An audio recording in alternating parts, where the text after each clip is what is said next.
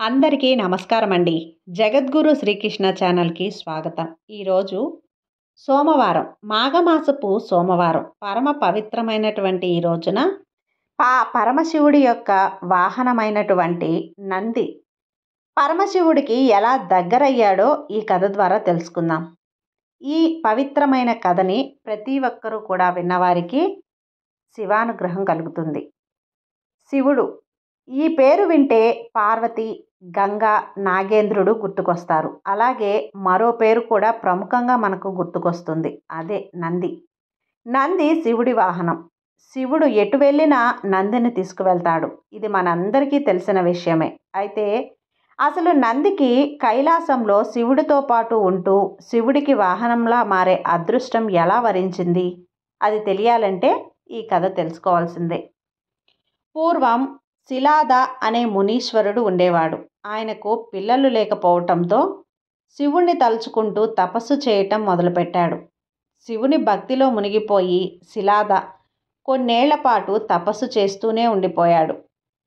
శిలాద భక్తికి మెచ్చిన శివుడు శిలాద ముందు ప్రత్యక్షమై శిలాద అని పిలిచాడు. శివుని స్వరం విని శిలాద చిన్నగా కళ్ళు తెరిచి చూశాడు. కళ్ళెదుట సాక్షాత్తు ఆ పరమశివుడే ఉండటంతో శిలాద ఆనందానికి అవధులు లేకుండా పోయాయి. తన మాటలు ఆనంద బాష్పాల రూపంలో బయటికి వచ్చాయి. శివుడు శిలాద వైపు చూస్తూ, నీకేం వరం కావాలో కోరుకో శిలాద అని అడిగాడు. అప్పుడు శిలాద, స్వామి, నాది ఒకే ఒక కోరిక. నాకు పిల్లలు లేరు. నాకో బిడ్డను వరంగా ప్రసాదించు అని అడిగాడు. శివుడు శిలాద వైపు చూస్తూ చిరునవ్వుతో, నీ కోరిక త్వరలోనే నెరవేరుతుంది అని చెప్పి అదృశ్యమయ్యాడు. ఒకవైపు శివుని దర్శనం, మరొక వైపు శివుని వరం. ఇంకేముంది? శిలాద ఆనందంగా ఇంటికి వెళ్ళాడు. శివుడి రూపాన్ని తలుచుకుంటూ నిద్రపోయాడు. మరుసటి రోజు శిలాద పొలానికి వెళ్ళి పొలం దున్నుతూ ఉండగా ఒక పసిబిడ్డ కనిపించాడు. సూర్యుడిలా మెరిసిపోతున్న ఆ బిడ్డను దగ్గరకు తీసుకొని అలాగే చూస్తూ ఉండిపోయాడు. ఇంతలో శిలాద ఆ బిడ్డని తీసుకెళ్లి పెంచి ప్రయోజకుణ్ణి చేయి అని ఆకాశవాణి వినిపించింది. శిలాద ఆనందంగా ఆ బిడ్డను తీసుకుని వెళ్ళాడు. ఆ బిడ్డకు నంది అని పేరు పెట్టాడు. నంది చాలా తెలివైన అబ్బాయి. ఎలాంటి విషయాన్నైనా సులువుగా నేర్చుకోగలడు. నంది తెలివితేటలు, ప్రవర్తన పట్ల శిలాద చాలా సంతోషంగా ఉన్నాడు.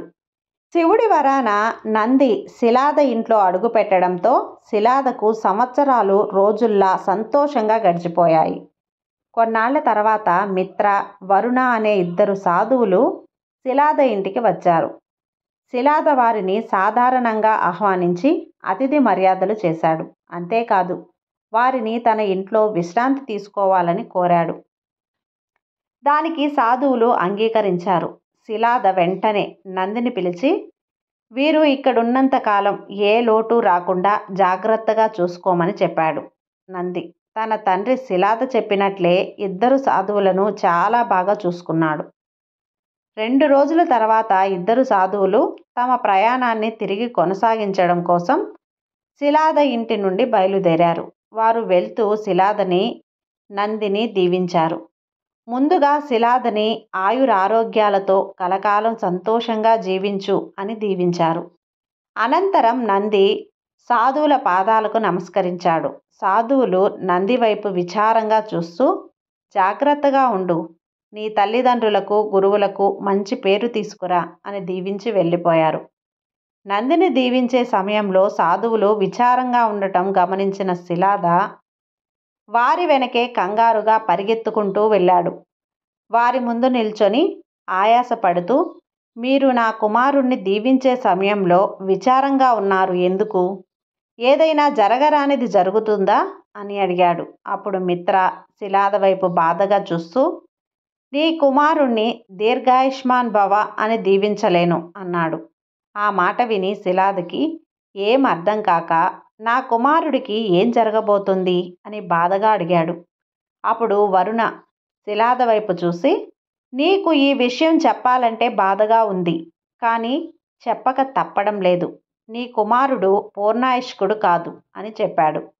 అది విని శిలాద ముఖం ఒక్కసారిగా విషాదంగా మారిపోయింది. ఇన్ని రోజులు నందే తన ప్రపంచం అనుకున్నాడు. కానీ ఇప్పుడు ఆ నంది దూరం అవుతున్నాడని తెలిసి కుప్పకూలిపోయాడు. సమయం గడుస్తుంది. కానీ తాను మాత్రం బాధతో అక్కడే ఆగిపోయాడు. కాసేపటికి అక్కడి నుంచి లేచి గుండె నిండా బాధతో అడుగులో అడుగు వేసుకుంటూ ఇంట్లోకి వెళ్ళాడు.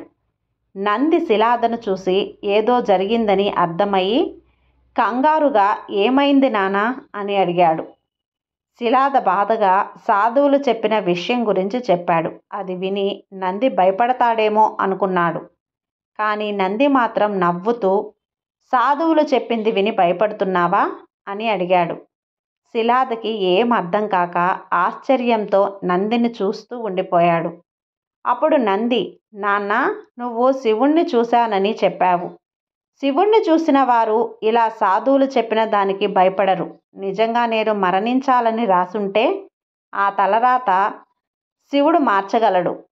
ఆయన గొప్ప దేవుడు. ఆయన ఏదైనా చేయగలడు. మనం ఆయన్ని పూజిస్తున్నాం. మనకి ఏదైనా జరిగితే ఆయన చూస్తూ ఊడుకుంటాడా అని అడిగాడు.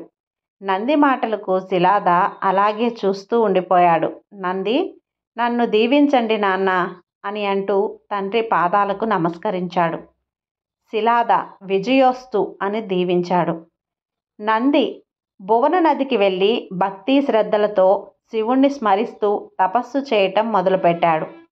నంది భక్తికి మెచ్చిన శివుడు నంది ముందు ప్రత్యక్షమై, నంది, కళ్ళు తెరిచి చూడు. ఎప్పుడూ చూడని తన జీవితంలో తన కళ్ళు అందమైన రూపాన్ని చూస్తున్నాడు.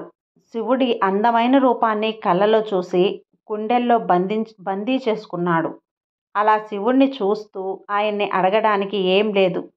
ఇక జీవితాంతం ఆయనతో ఉండిపోతే బాగుండు అని భావించాడు. అప్పుడు శివుడు నంది వైపు చూస్తూ, నంది, నీ భక్తి నన్ను ఇంత దూరం తీసుకొచ్చింది. నీకేం వరం కావాలో కోరుకో అని అడిగాడు. నంది తనకు తెలియకుండానే, స్వామి, నాకు ఎప్పటికీ మీతో ఉండిపోవాలని ఉంది అన్నాడు. శివుడు చిన్నగా నవ్వి, నేను ప్రయాణించే నా వాహనం ఎద్దు దూరమైంది.